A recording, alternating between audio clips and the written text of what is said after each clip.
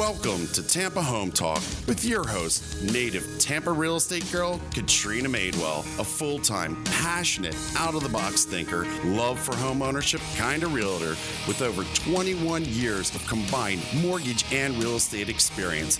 Tune in every week at this time for expert advice on everything you need to know about home ownership, finance, maintaining great credit, building wealth, and making your everyday life better, and how you can be financially successful today and tomorrow. Remember, love where you live or let Katrina fix it. Now, here's your host of Tampa Home Talk, Katrina Madewell.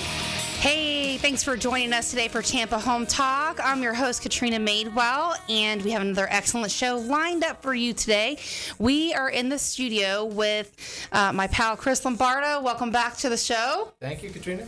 And we're also in the studio with Jim Parker. He is the head cheese over there at Group International LLC. How you doing, Katrina? Boss Group International LLC. Boss Group International. Frazzled today, sorry.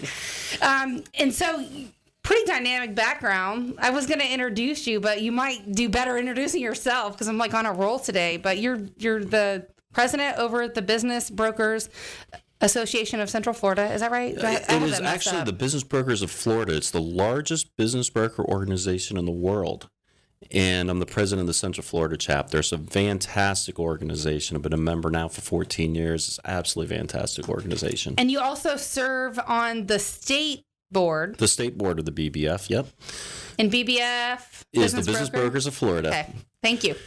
And so what sparked this whole conversation? We thought we would talk a little bit today about some of the different types of visas and how that plays into, people that come in and out of the United States, people that are buying businesses, selling businesses, and that type of stuff. 14 years in the brokerage business arena? That's correct, Katrina. We live in Florida. It's a fantastic place to live. We get people from all over the world that want to live here. We get people from up north. We get people from all over the world, like I said, that want to live here. So I think the E2 visas, the L visas, that's what you wanted to bring me in and talk to you today about. I think anybody that lives in Florida, whether they own a business or they own a house, I think they need to be familiar with those programs. What you were talking about too, even just with Florida having this amazing weather, I can't imagine that you don't often get people that are even just retiring from somewhere up north, and they're taking X amount either from the sale of their home or a lump sum retirement, and they're investing that into something they can do here. Absolutely, we get a lot of people from up north that want to relocate down here. I know we have those conversations every day. People are like, what can I do? I want to do something different. I don't want to do what I've always done. So I'm trying to think, Chris, I know we talked about this and I was talking to Jim and I was like, what sparked that conversation? We were talking about the visas, but what was it specifically? Do you remember? Well, I think it's so important that we educate everybody out here that, realtors, anybody that's licensed in the state of Florida, the Boss Group is a statewide company, number one. They need to think about, partnering up with us when they have a client that's coming in from Brazil and they want a beautiful, beautiful, luxurious home. And right. Like Jim said, enjoy the weather. But by the way, we need something to do. We need a business. So that's part of the how we can help them. We even are affiliated with a money company that can help with the exchange. And so we can facilitate the whole move, not only for their living arrangements, which you can help find them a house. And you're aware of the fact that, wow, you can come over and have a business too, and we can speed up the process of. We were talking about like some of the citizenship businesses that you guys broker, but also the different types of visas that you have, which sparked a conversation you and I were having, Jim. And I was like, well, how many different visas are there? And I started looking, and I can't even believe how the number of different ones that are on here. It's incredible, Katrina. Like we were talking about, there's a lot of people from up north that want to relocate to Florida, and they want to live down here, whether they want to retire or they just want to relocate. Canada's still considered a different country. Absolutely. Unfortunately, there's a lot of people from overseas that want to live here. But as you know, you can't just move from overseas and live in Florida just because you want to live here. You have to qualify for a visa. So what's the max time someone can visit? Because they come over on a visitor visa? About 6 months on a visitor's visa. And then after that, they would have to return back to their home country unless they qualify for another visa. And that's where me and Chris come in. We help people from overseas by businesses in the state of Florida, and they qualify for either an E2 visa or an L1 visa. Figure out how to stay longer. And that That's way what they you're can doing. stay longer. Absolutely. Absolutely. It's, that's an interesting concept too, because we see people all the time that are like struggling with, trying to get a continued green card or, whatever the situation is. Absolutely. So the L1 visa is actually probably a better visa for people to come over on, because that will lead to a green card, and it could eventually lead to citizenship. What's the difference in those two? Okay, well, basically what the U.S. government's doing is they're saying, yeah, you can live in the United States if you have a treaty. We have a treaty. The United States has a treaty with your country, which most of the countries out there do. I mean, it's like 100 countries out there that have the E2 or the L1 visa treaty with the United States. So if you're coming from one of those countries that qualify for that treaty, you're basically coming over, and the U.S. government saying, yeah, you can live here, but you have to invest in the local economy, make an economic impact on the local economy by investing initially in the business locally and employing Americans afterwards and giving them jobs. Your business then has a little bit of extra money to pay taxes, of course, reinvest in the business and make the business grow. So that's either for the E2 visa or the L1 visa. That's kind of the framework.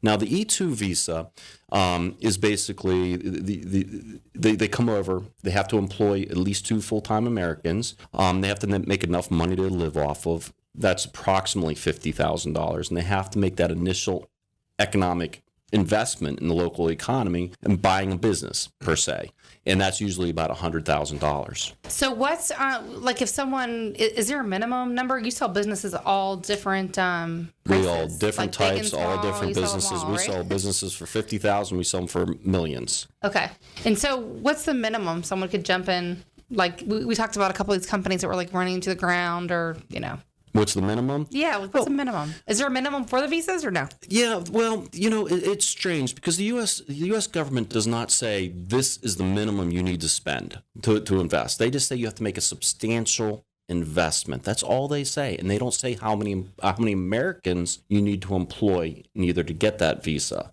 They just say you need to employ Americans. Now, it's left up to the embassy, the U.S. embassy in the country that the person's coming from, to determine what substantial investment is. So the one they're coming from. From the country they're coming from, the U.S. embassy in the country they're coming from. So the U.S. government does not say you have to invest X amount of dollars. You have to employ X amount of Americans. We kind of have a framework as business brokers because we work with visa attorneys, and the visa attorneys are applying for the E2 visas and L1 visas on behalf of their clients. And so they see which ones are being accepted and which ones are being denied. And that's how we kind of determine what the criteria is that they're looking What's for. a good business for them to even buy? Oh, well, right? That's the thing. Everybody, that's the most asked question that people ask is what's the best business to buy? How do you answer that question? Where do you start? Because it depends on the person. You have to have experience in that type of business or in that industry, and you have to have a passion for it. That's you have to have the passion for the small business. I think that's huge. And I know we talked a little bit about this before we started. Like, love what you do. Have it make some sense. Should be able to run without you, at least on some level. Katrina, it's the American dream, isn't it? And on the other side of the equation, the sellers of businesses here in this country, and we'll just stick with Florida since this is where we do business, they have to understand, too, that, there's a whole world out there that would love to come to Florida to buy a business. But if they don't have the right kind of business, it's not running properly, it's not making profits, it doesn't have decent, reasonable tax statements and such, they're not set up to be a business that can even qualify for an E2. So when I talk to them, that's one of the ways I get listings. I let them know. I said, look, there's going to be a time when you're going to want to sell your business. So call me in advance so we can, get you set up the right way. You need to start running the business properly and getting it staged. Yes. Staging is kind of what we talked about another time. What do we say? 6 months or more? A year? Oh yeah. Couple years? And preferably, you have 2 good years? years of numbers, but they may not want to wait that long to sell their business. Sometimes they're calling us when they're sliding down the slippery slope. So sometimes it's a little too late by the time they call us. But I looked at some numbers on a business the other day, and I said, well, we just eliminated the rest of the world. We'll only be able to sell it to somebody in this country. And they're like, what do you mean? well, because this, and this, it doesn't. Because of the way their financials look. Yeah. Chris made a fantastic point.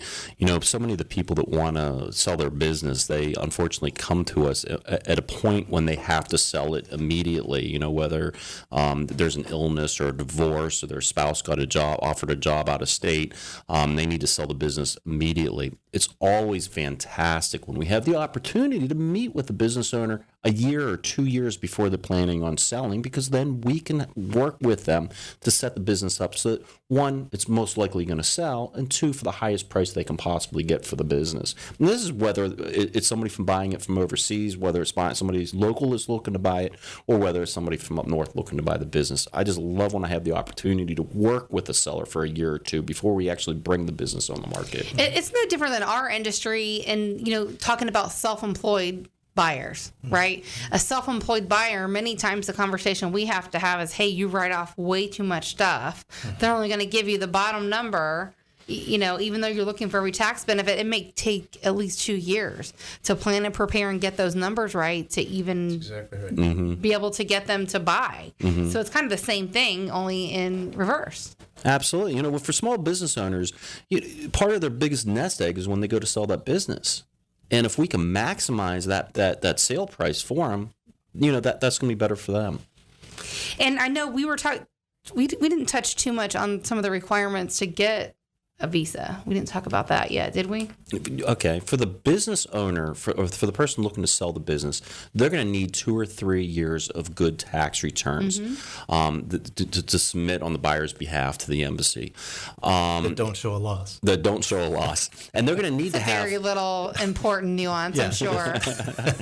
And it's going to have to show what we call an adjusted net. An adjusted net is basically the net profit of the company plus the owner's salary plus some other things that we add back. And the total amount needs to add up to at least $50,000, and it needs to be provable on tax returns. And they need to employ at least 2 full-time Americans or enough part-timers to make up for the 2 full-time Americans. Okay. So that's the biggest thing, is really just the amount that it can give back to the local economy and then employing Americans. Is that simple? It's a little bit more involved than that, but that's the basic premise of it. And then once the person applies, the foreigner applies for the E2 visa, they'll either get approved for 2 years, 3 years, or 5 years for that E2 visa, and then they're going to have to renew it every 2 years, 3 years, or 5 years. What do they normally get? Like, what do you normally see? What's more pronounced? 2 years, 5 years? 3 years I'm seeing right now. A few years ago it was 5 years you'd see more common, but right now it seems like 3 years. What times have you seen someone not get approved for a visa? What kind of things? It's when the businesses are marginal, when they're at that $50,000 mark or less on how much they're making from the business after we do what we call add backs.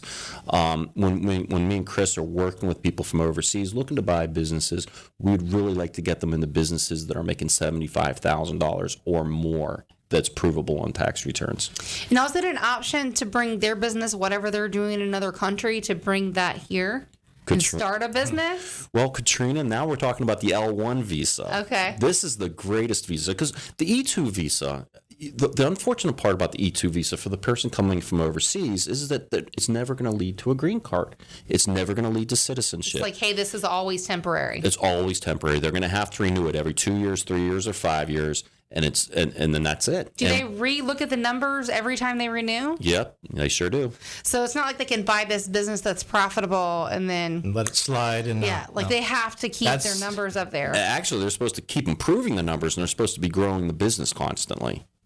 That's and then what Well, happens I is have to go back. the spouse gets it rides on that E2 visa as well, and the children do. But when the children turn 21, they either have to get their own visa or they have to go back to their home country. So, I've been doing this for 14 years, and, as a business broker and you work with these people, you become very good friends with them. Some of the people that I initially started working with, their kids are over 21 years old, and some of them had to go back to their home country. So, it's not the best visa for somebody looking to move over here because, they think, oh, my kids are 6 or 7, that's a long time down the road. But, being a parent, you realize how quick it goes. And, you tell them the pros and cons of the visa at the time, and, they're adults and they have to make their decision. But, that's one of the downfalls of the E2 visa is not permanent, and the kids turn 21 and they have to go back. Now the L1 visa, you had touched on the L1 visa. I didn't even know I was touching on it. Well, you were talking about them having a business in their home country. The L1 visa. Yeah, but this is why I have you here, because I have no idea what I'm talking about. The L1 visa is fantastic because not only will it lead to green card and citizenship, but it will do the green card and citizenship for the children as well, and they don't have to keep renewing the visa. The criteria Does it come like as a family package, or that's kind of how it sounds? Well, the E2 visa and the L1 visa, the whole family, the immediate family would all ride on that visa. Okay. But eventually with the L1, they can apply for their green card, they can get citizenship, and they can all live here legally and be citizens of the United States. So the big difference between the E2 and the L1 visa is the L1 visa, you have to have a business in your home country. And Already, and you have to employ at least 8 people in that business. And then what you do is you buy a business over here, and you're transferring yourself as an executive from the country you're coming from to here in the United States. And you have to keep that business you have in your home country operating for 2 years. over there. Mm-hmm. So you have to keep that business operating and this business operating. So you have to prove to the embassy that you have the management staff in place to keep that business operating. Okay, so you have to keep the business from whatever country you move from, the UK, Canada, Europe, yep. whatever, and here. Yes, and for at least 2 years until you can get the green card. And is it 2 people you're employing, or has to be more still here? No, here it still remains 2. That's interesting. So what kind of people are getting now? Like, what businesses are you seeing coming from overseas to here? Oh, you see all kinds of things. But I sold a business, I don't know, about 10 years ago to a lady coming over from England, and she had a roofing business over in the UK, and she bought a pizza shop here in the United States. And so there wasn't even a related business. And, so she bought the business here. And what did she do in the UK? She owned a roofing business. Okay, and she was buying a pizza shop here. So it doesn't even have to be a related business. Okay.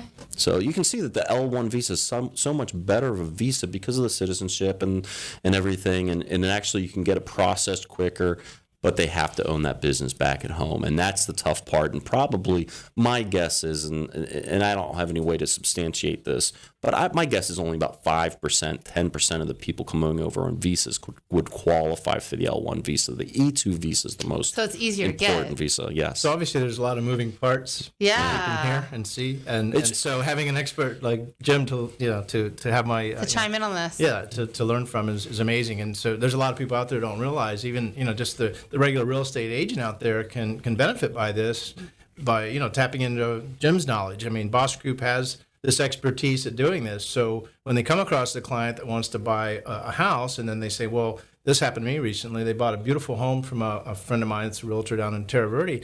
And they said, well, we want to buy a business too. Do you know anybody that does that? And she goes, yep. And of course, I got the referral. Because there are a lot of moving parts. There's some other things. The landlords here in this country sometimes nix the deal because they find out that it's a foreign investor and they're coming over and they want to make sure that they're experienced in the particular kind of business. So even though everything's going well for that buyer on their side, the landlord in this particular building where this business sits says, because they don't have the kind of experience they're looking for to continue, say, this restaurant. Remember that? Yeah, they don't have any credit history over here in the United States. Right. That's a big thing that landlords look at. Well, it can be like a domino effect too, right? Like if the person doesn't have the skill to run that business, and let's say that business within the plaza is the biggest business, right? Like, I mean, this is a bad example, I'm sure, but like Walmart, for example, right? Mm-hmm. There's a lot of other smaller businesses that would rent a space, a commercial space, to run a business because they're going to get traffic from people that are going to or from the big box store. Correct. Well, I had one fall through on a restaurant. The gentleman was from the Ukraine, and he had restaurant experience, but the landlord here, it was in Tampa, and the landlord here was looking at everything, and he says, you know what? He doesn't have the kind of experience that the former tenant had, so no. So they nixed the deal. So what do they just? They would rather just see it close? Sometimes. They have ulterior motives. They have an agenda. Other people that want to rent it for more, right? They had They had a higher and better use of that space is what it boiled down to. But that's what we deal with. But we have that expertise, and we have the thick skin to be able to deal with some of that stuff.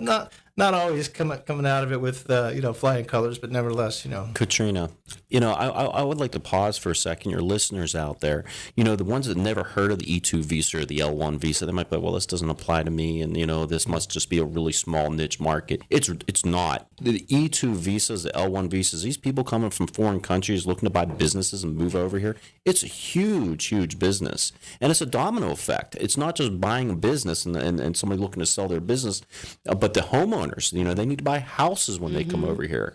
They need to buy cars. They need to buy everything that you can imagine. So, somebody might buy a business for $200,000 or $300,000, let's say, and they're going to spend another couple $100,000 on a house, and then they have to buy all the supplies and furniture and the cars, and it's big business, and there's a lot of, I can't even stress how many people are coming over every year. They don't keep records, but there's a lot of people from all over the world that are doing this. Now, how do people in other countries actually even get the idea? Because I was born and raised here in Tampa, right? So when I think about myself moving to another country and then just trying to figure out how all that paperwork works and how to stay, not to mention starting, running, owning, buying a business, like how do they even get the idea to do that? Well, where does that come from? In England, the UK, it was a huge mark in the UK about, 6 or 7, 8 years ago. They actually had a prime time TV show that talked about and followed people that moved to Florida. And they would show the process. It was kind of a reality show. Show them like the process. Public access reality?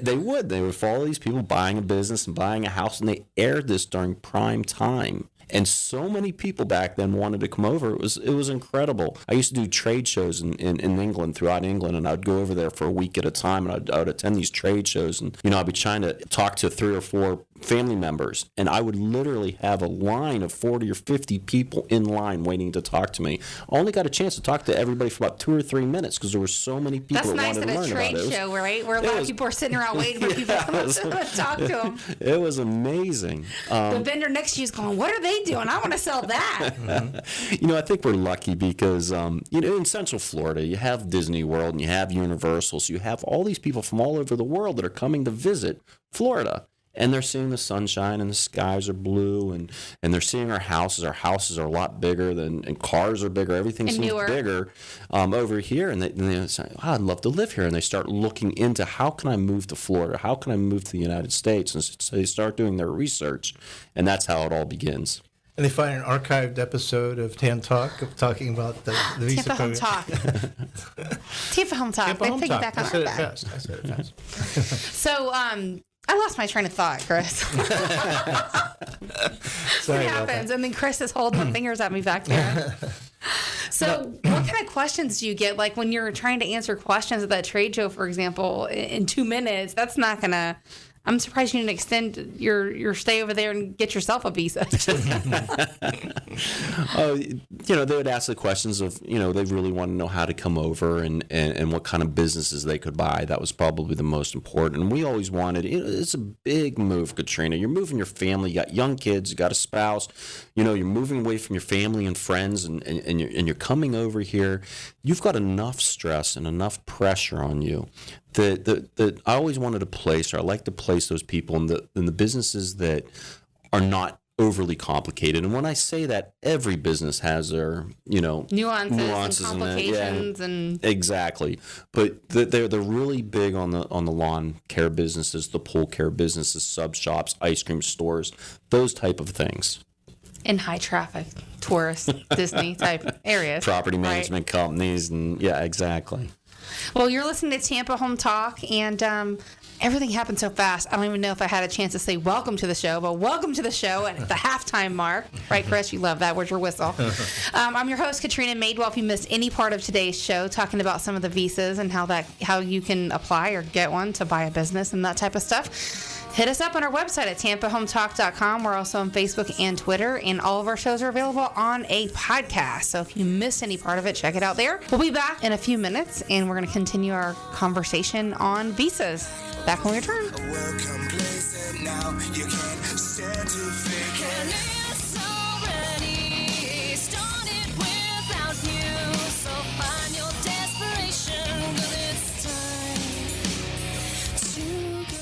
Ask me about an inside secret to save several hundreds of dollars on your annual homeowner's insurance premium. Text the word WIND, W-I-N-D, to 813-377-2775. Again, 813-377-2775. You're buying a house. Congratulations. So while you're worrying about the paperwork, leave the moving part to us. We're Woody & Sons Moving Company, a Florida licensed and insured mover, and we offer same-day written estimates. Plus, no sneaky mileage, stairs, or additional stop fees. All we ask is that you check out our great ratings on Google and Angie's List, then go to woodyandsons.com to learn more. Whether you need a full-service pack and move or some extra hands, at Woody & Sons Moving Company, we move you. You've heard this before. Interest rates are at all-time record lows. But if your interest rate is 4% or above, you owe it to yourself to call Silverton Mortgage Specialist. Silverton is a direct lender, and the best part about this is that the entire loan process is handled in-house. From application to close, we do it all in the same building, which means that our loans close fast and our clients know what's going on every step of the way. Our contact info is located on TampaHometalk.com under Radio Show. What makes Silverton different? Products. We offer VA, FHA, USDA, and conventional loans pricing. Best rates with the lowest closing cost. Process everything in-house. It's handled right here and not outsourced to anyone that no one can reach. This way we can avoid surprises. Our people are simply the best, and we know you'll agree. What will closing Silverton Mortgage Specialist mean to you? A smooth process, real home loan value, and personal attention from real professionals. Silverton Mortgage Specialists are here to serve you. Visit TampaHometalk.com under Radio Show for all of our contact details. NMLS 109600 is an equal housing lender and Florida and Georgia residential mortgage licensee. Hi, this is Aaron Davis, owner of Hillsborough Title. Hillsborough Title is a local, family-owned title agency here in Tampa Bay. Our service, strength, and knowledge make us different. We've served Tampa Bay area for over 30 years. From Polk County to the Gulf, Pasco to Manatee, Tampa Bay, we've got you covered. Call us at 813-712-8888 or visit us on the web at thebesttitle.com. That's thebesttitle.com. Hey, Katrina Madewell here. Just wanted to make sure you know how to reach us on our off-air number. If you'd like to connect with myself or any of our guests, you can call us at 813-377-2775. Again, this is Katrina Madewell, host of Tampa Home Talk, and to connect with myself or any guests we have on air, just call or text at 813-377-2775. 813-377-2775. Hey, this is Hal Elrod, author of The Miracle Morning, and you are listening to Tampa Home Talk. Welcome back, and you're listening to Tampa Home Talk. I'm your host, Katrina Madewell, and in studio today we have Jim Parker and Chris Lombardo with Boss Group International, and we're talking all about visas and the different types of visas, the L1 visas, the E2 visas, and some of the things that you guys see in your world around not only buying and selling businesses, but the whole visa aspect, which is many, many people from other countries. What percentage would you say, roughly, of people buy and sell businesses that are non-U.S. citizens? How many of them are actually buying? Yeah, buying or I would guesstimate maybe, at this point, 15-20%. It's a pretty big number. That is a very big number.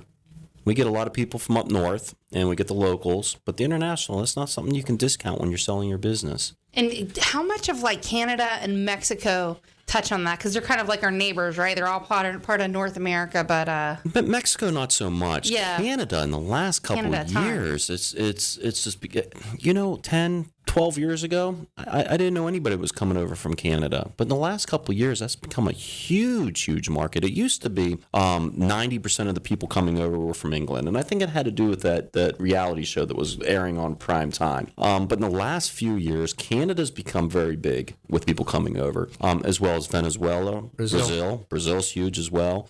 And now, what kind of business throughout Europe? What are they going into? Oh, everything. Like there's no primary trade for Venezuela or salsa dance studios and stuff like that. Really? And they come over. Russians. Oh, Russia. There's a lot of Ukraine Russians. Coming over to make vodka or what? No, Chris was talking about Ukraine. That's become They went very out. big, obviously. Yeah, they went out of there. No, seriously though, there's in fact right here in Pinellas County, there's quite a few dance studios that are run by people from Russia. So yeah, they have interesting tastes in different things. I have a gentleman right now that I've got a listing of his liquor store, and his sisters are here, and they have a little Polish restaurant. We ate there last time you were over, right? Yes, that was really good. Phenomenal, and they're from Poland. So I mean, yeah, it's interesting. It's Great really people interesting. too. Oh, the food was delicious. I think I gained 8 pounds just in that half an hour. Just sniffing the food, you gained a pound walking in, right? I couldn't believe how much you ate. Thanks, Chris. I appreciate that. What's the Polish dish? Like, He'll tell you, he's from Pittsburgh Kielbasa? area. Yeah, Right. from Pittsburgh. Lots of kibasi. Mm-hmm. Yeah, it was great. One of the things I wanted to tell, if there's any business owners out there that are thinking about selling their business and wanted to target the international community, and I wanted to say, a business broker should not just target the international community. You need to target be a people strategy. from all over the country. And exactly, Katrina. But that can't be your full strategy. You never know where your buyer is going to actually come from. One of the biggest misconceptions that I think business owners have that are familiar or have heard about people coming over from other countries to buy businesses for E2 or an L1 visa is that they think that the people are going to spend a lot more money or going to pay a lot more money for their business. Excellent point. Than an American would. And that is not the case. They're... If anything, they're probably going to be more savvy, wouldn't they? Yeah, they're doing. There's a big move for them. So they're doing a lot. They're doing a lot of homework. They're doing the research. They're realizing what's out there for sale, what things are going for, and they're looking at multiple businesses. Usually when somebody's coming over, before they even they'll make what they'll do is we'll help them look at businesses before they even come over. And we might show them 25, 30 businesses on paper, and then we'll narrow that down to maybe 10, 15 businesses, get some more information on it before they actually land into the United States, and then before their plane even lands, we've narrowed it down to usually about 8 businesses they're going to look at. And at that point, they've seen some financial information, probably some pictures, and hopefully had a buyer-seller phone conference. So when they come over, when they get here, what are they doing? they know exactly what they're going to look at. On Monday we're going to see these 2 or 3 businesses. On Tuesday we're going to see these businesses, and and we take Thursday them we're around. gonna We go to have the Disney buyer World. sellers, give them a day or two to go to Disney World. You've always got to do that, absolutely. And Preferably it's like midweek, right, when everybody else is not there. Break it out. but they're doing their homework, and they know what business is going to sell for. Now, will they pay a little bit more than an American would? A little bit, but it's not much. And the only reason they'll pay a little bit more is because there's an ulterior motive besides just the investment in the business. More incentive. Is they want to move over here, and the thing is there's not that. There's a large amount of businesses for sale that won't meet the criteria of the visa. What are some of the things they're looking for when they get here? Well, they can buy, like we were talking about, the substantial investment needs to be at least $100,000. It's very hard to find a business for $100,000 that will qualify for the E2 visa or the L1 visa. Usually we like to start at about $150,000, $200,000 sale price. They're also not usually looking for the businesses that are going to sell for $1 million or $2 million or more. They're usually looking for businesses that are going to sell for between $200,000 and $400,000.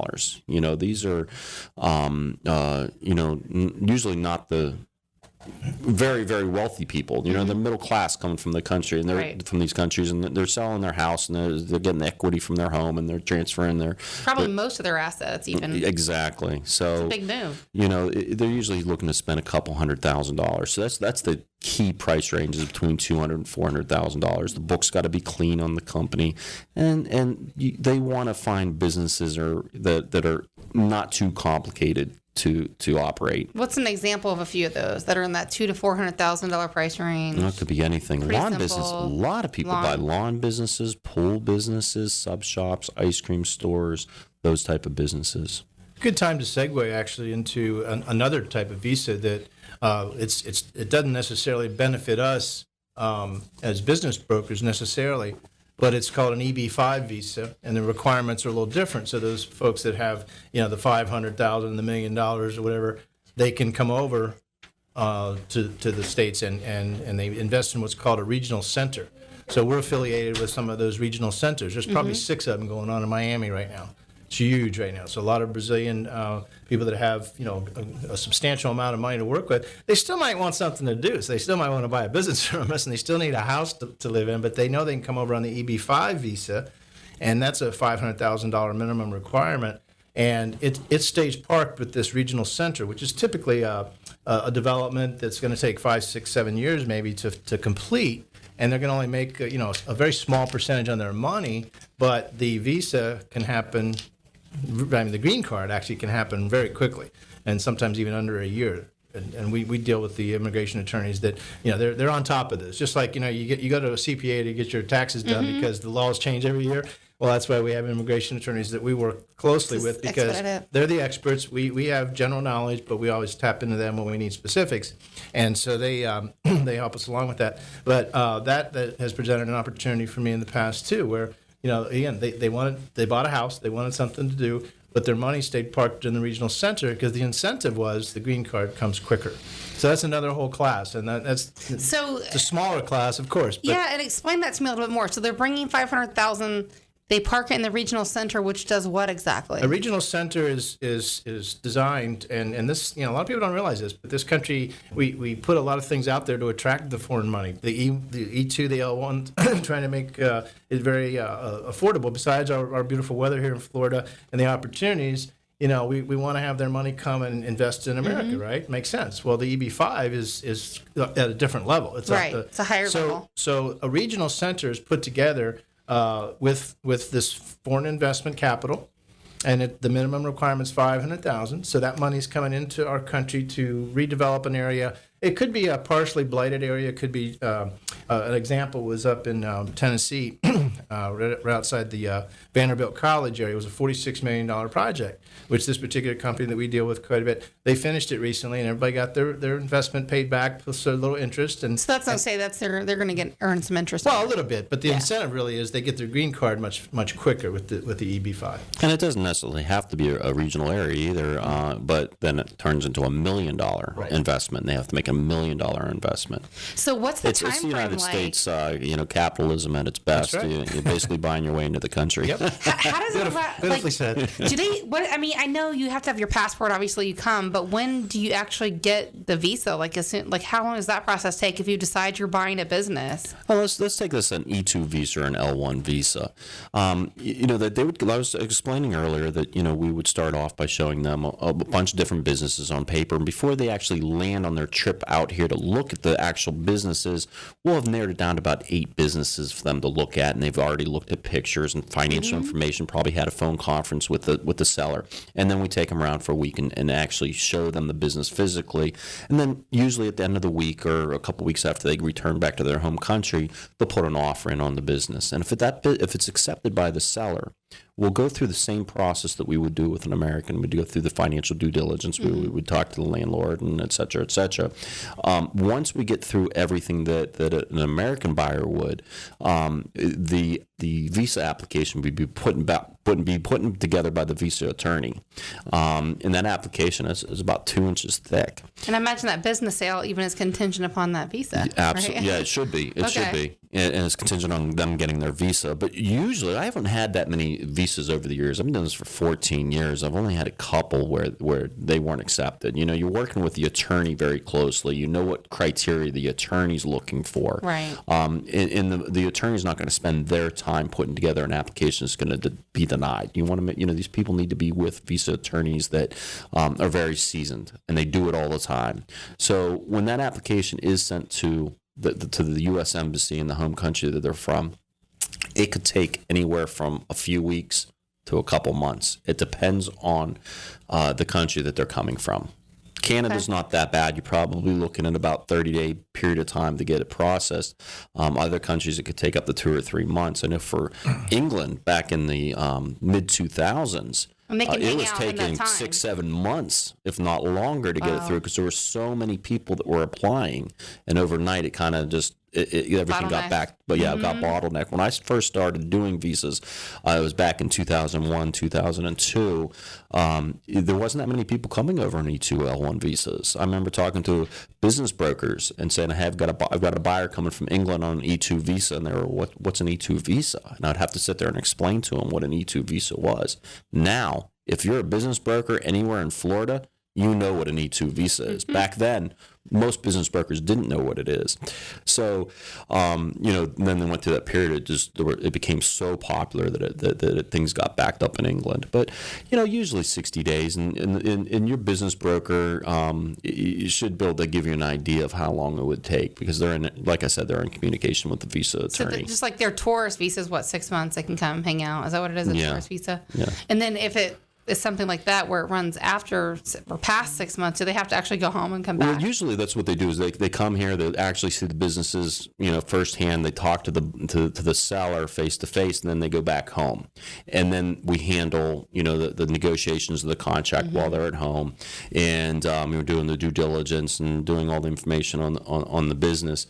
When the application is then sent to the embassy, the U.S. embassy, when the embassy will call up the attorney and say, okay, the buyer needs to come in for an interview in the embassy, and the buyer will come in to do an interview with the embassy.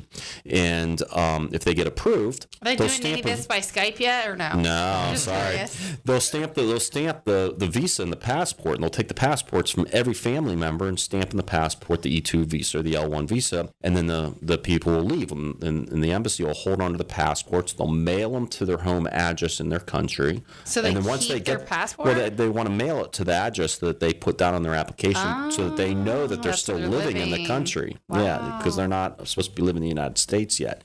Once they receive those passports in the mail, that's when they can fly over here. And we usually close within 3 days to a week after they arrive back in the United States.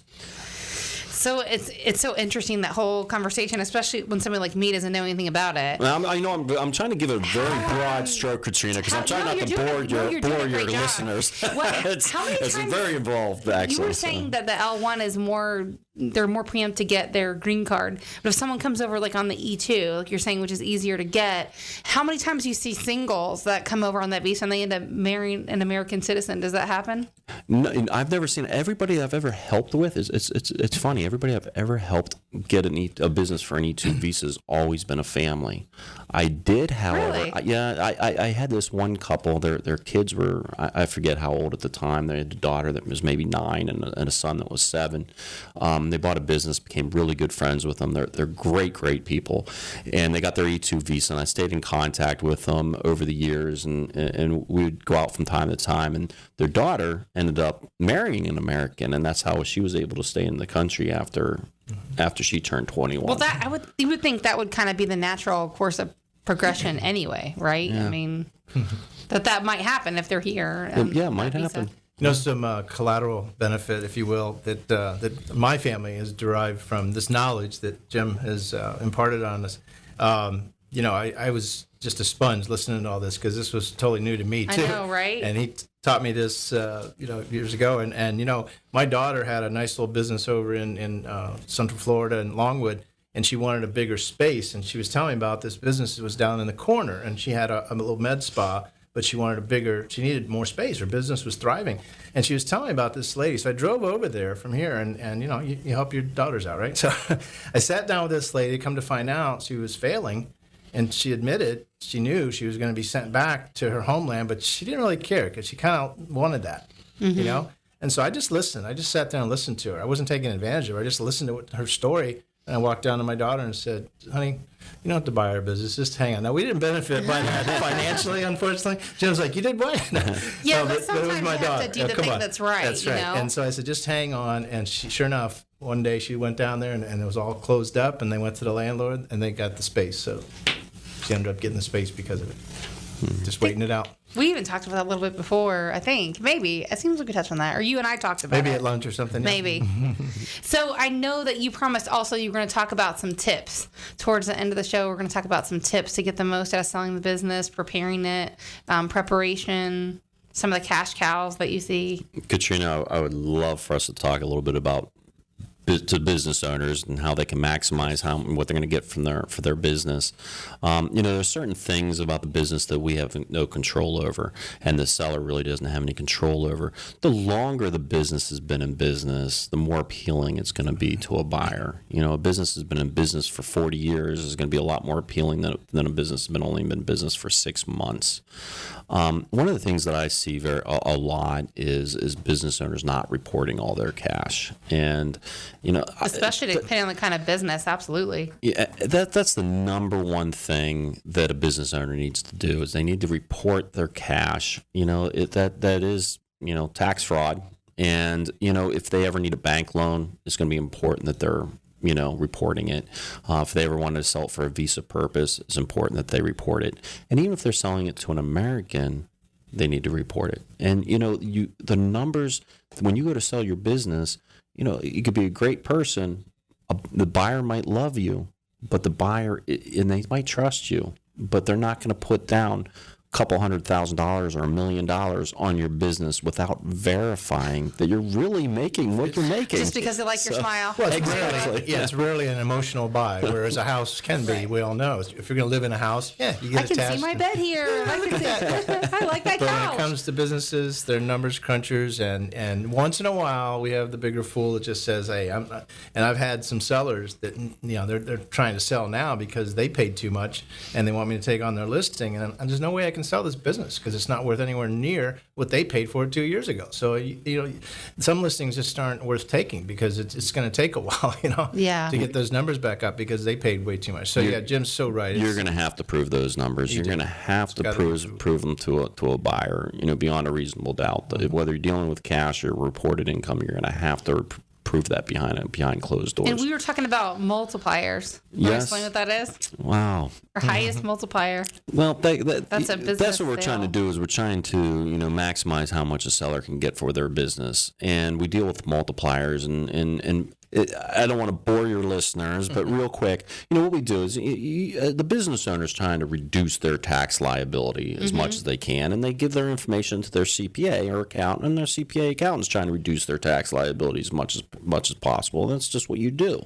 That's good business.